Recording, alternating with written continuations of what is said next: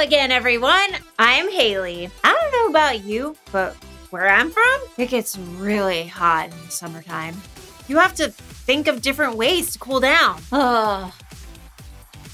This is amazing! But what really helps me when the temperature is hot is a nice, cool, refreshing soft drink.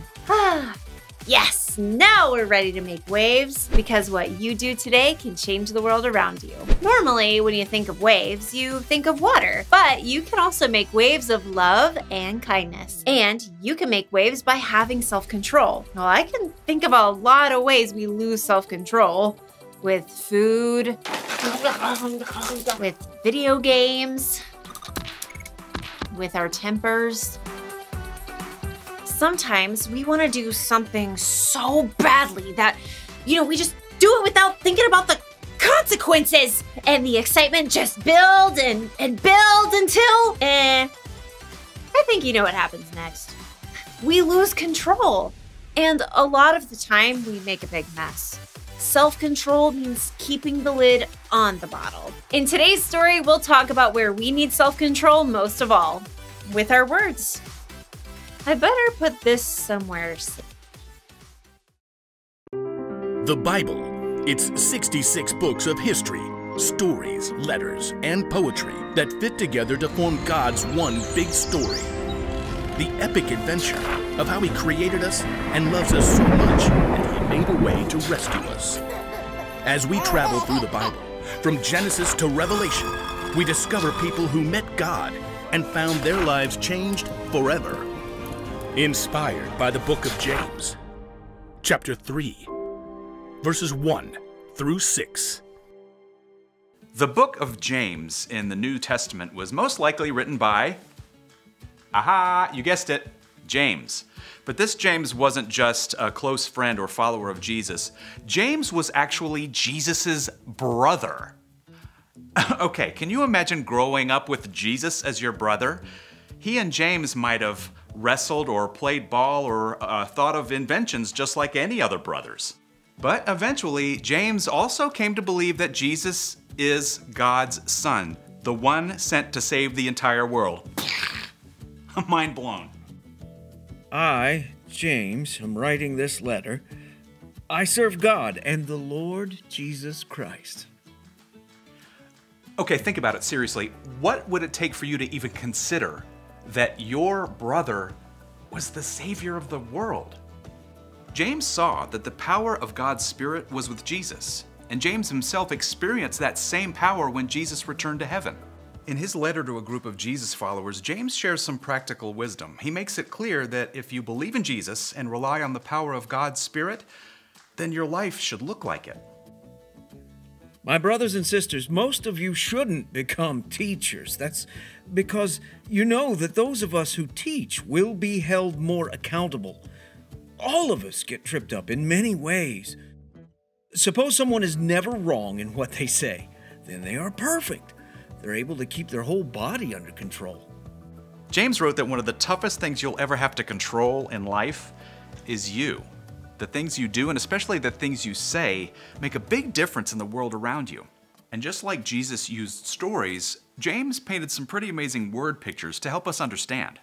We put a small piece of metal in the mouth of a horse to make it obey us. We can control the whole animal with it. Think of a horse. Horses are strong, powerful animals. But when this tiny piece of metal is placed in a horse's mouth, even a small person can easily control that huge horse. James gives another word picture too. And how about big ships? They are very big. They are driven along by strong winds, but they are steered by a very small rudder. It makes them go where the captain wants to go. Imagine a huge sailing ship. Some ships built now are so big they're like floating cities. But ships don't come with brakes. They can't be stopped over a short distance. That makes it super important for a pilot to be able to steer easily. Here's what directs the ship: a rudder. Compared to that ginormous floating city of a ship, the rudder is tiny. But a single adjustment in the angle of the rudder controls the path of that entire ship.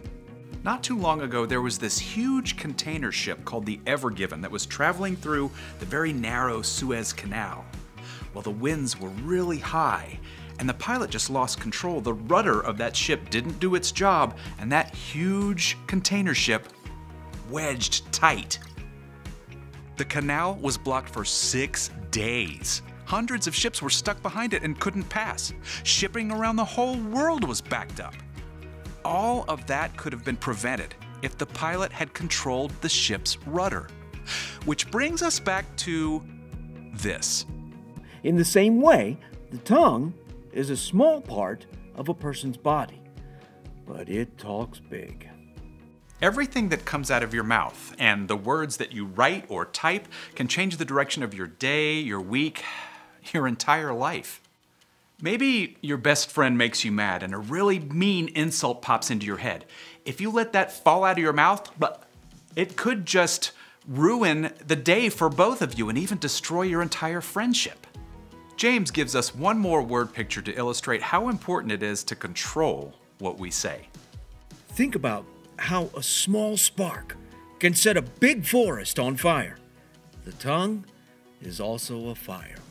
Fire can be a great thing. Imagine a cozy bonfire for toasting marshmallows. If you're outside on a freezing night, a blazing fire can even be life-saving. But those same flames can destroy life too. A tiny spark can flare into a huge wildfire within minutes. And that wildfire can race along at 7 miles an hour through the forest or 14 miles an hour over grassland. It can destroy everything in its path. James wrote that we need to take our words as seriously as wildfire. Every word that comes out of your mouth has the power to give life and encouragement, or to hurt and destroy. That is a huge responsibility. And there's no way you can fully control your words or yourself on your own. But if you ask for God's help, you will be given the power of God's Spirit. And as James reminds us, you can choose your words wisely. And then what you say will begin to change your world for good.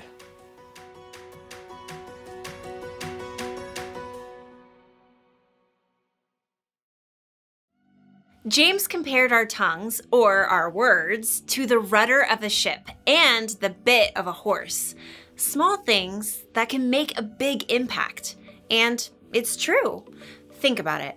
How many times have words gotten you into trouble? You've talked back to a parent or someone else in charge. You got caught telling a lie. A friend overheard you talking about them behind their back. Ugh. Words matter. You know this. You've been hurt by words. How many times have someone else's words hurt your feelings? Someone called you a name. Someone told you a lie. Someone talked bad about you behind your back.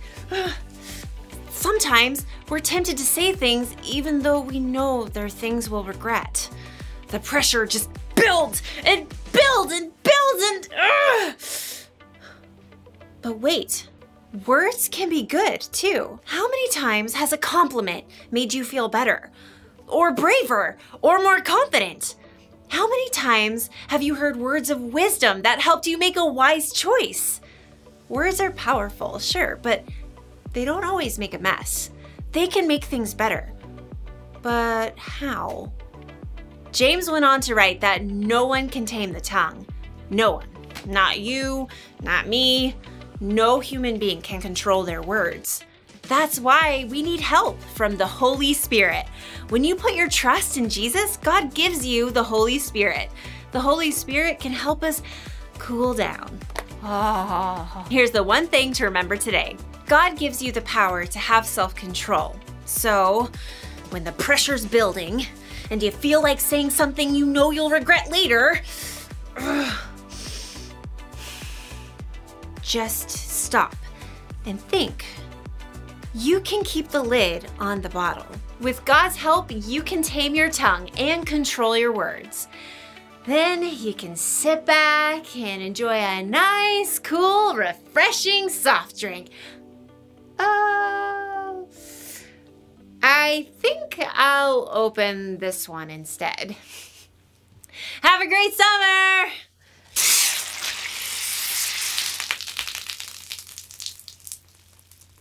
Well, that was unexpected.